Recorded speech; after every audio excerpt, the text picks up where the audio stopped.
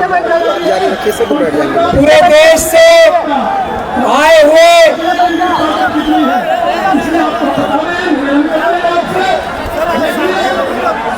हमारे बड़े भाई और अम्बेडकरवाद, संविधानवाद, इंसाफ और बराबरी के अलमबरदार बड़े भाई बामन मेश्राम साहब की कॉल पर आज यहाँ पूरे देश के कोने कोने से आए हुए सभी अम्बेडकरवादियों को, सभी संविधानवादियों को, सभी देश के रक्षकों को मेरा जय भीम,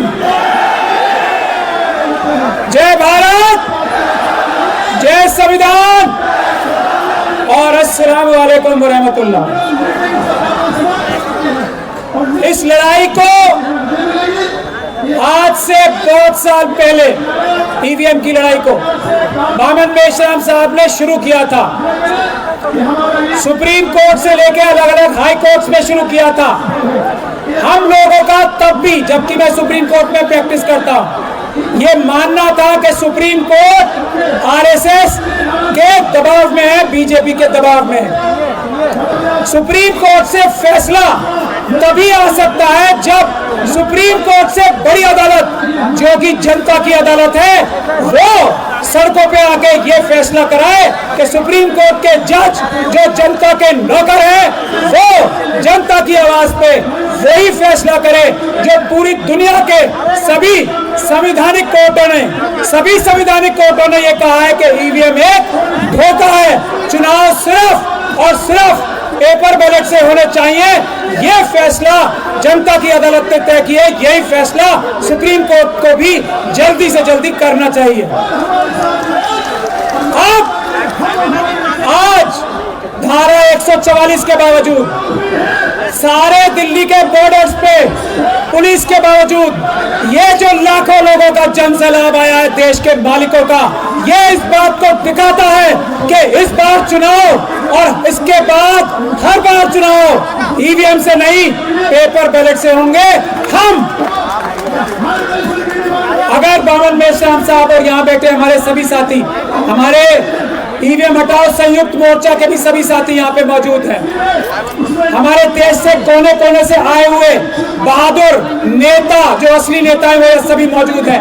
अगर वो आप आज ऐलान करते हो तो चुनाव आयोग के ऊपर आज ही ताला लगा दिया जाएगा, अगर वो पेपर बैलेट से चुनाव कराने के लिए तैयार नहीं होता।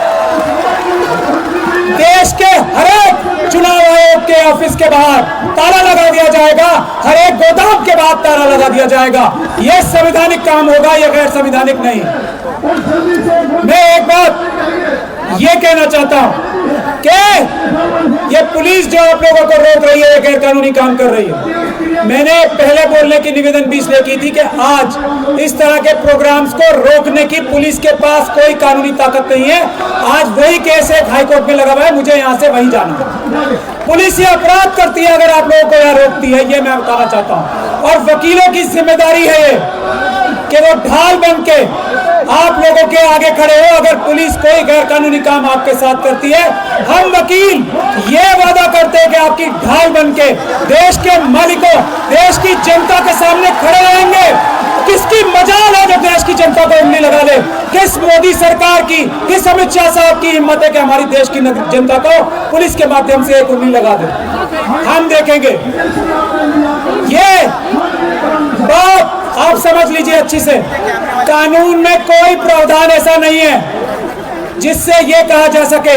मैं सभी लोगों से गुजारिश करता हूँ, रिप्रेजेंटेशन ऑफ पीपल्स एक्ट का धारा 61A ध्यान से पढ़ लें। उसमें यह साफ लिखा हुआ है कि मतदान पेपर बैलेट से होंगे। हाँ, ईवीएम से भी चुनाव हो सकते हैं, ऐसा कहीं नहीं है कि ईवीएम से ही चुनाव हो सकते हैं। तो ये बहुत बड़ा झूठ आप सब लोगों के सामने लाया जा रहा है कि कानून में परिवर्तन करना पड़ेगा। किसी कानून में कोई परिवर्तन नहीं करना पड़ेगा। पेपर बैलेट से चुनाव होना भारत के संविधान में ही नहीं, भारत के कानून में जो पार्लियामेंट ने पास किया है, धारा 61A, मैं सब लोगों को बता रहा हूं, ध्यान से पढ़ लें। एक बात ये, दूसरी बात ये, हम इस बात का ओपन चैलेंज कर चुके हैं, आज तक कोई सामने नहीं आया। बामन मेश्राम साहब ने भी 20 बार किया। चुनाव पेपर बैलेट से जल्दी होता है। इस चैलेंज के सामने आज तक मोदी सरकार का कोई नहीं आया हमारे सामने। चुनाव सस्ता पेपर बैलेट से होता है, चुनाव सुरक्षित पेपर बैलेट से होता है। इसका कोई जवाब किसी के पास नहीं है। ईवीएम धोखा ही धोखा है। ईवीएम से चुनाव महंगा होता है, ईवीएम से चुनाव देर से होता है, और ईवीएम से सारे बैलेट पेपर्स, सारे बूथ एक साथ लूटे जा सकते हैं। ऐसा ईवीएम का धंधा है, गोरख धंधा। तो हम यही कहना चाहते हैं। हमारी एक छोटी बहन डॉक्टर ऋतु भी एक लड़ाई लड़ रही है यूनिवर्सिटीज में। मैं ये चाहता हूं भामन मेश्राम साहब से भी और आप सब से भी, यूनिवर्सिटीज में भी ये ईवीएम की लड़ाई बुलंद होनी चाहिए। और उसके लिए हम लोग सब हमारे डॉक्टर ऋतु जैसे बहनों से और स्टूडेंट से कहें कि स्टूडेंट्स यूनिवर्सिटीज में ताले लगा दे, क्योंकि अगर ईवीएम से चुनाव होगा तो यूनिवर्सिटियां वैसे ही बंद कर दी जाएंगी। हम स्टूडेंट से देश के आह्वान करते हैं वो करें। और मैं आखिरी दो बातें कहकर अपनी बात खत्म करना चाहता हूं। पहली, ये हम लोगों की लड़ाई नहीं है, ये देश की जनता ने अपने ईमानदार नौकरों को, हम सबको ये आदेश दिया है कि उठो और ईवीएम को खत्म कर दो, पेपर बैलेट से चुनाव कराओ। ये देश की जनता का आह्वान है, देश की जनता का आदेश है।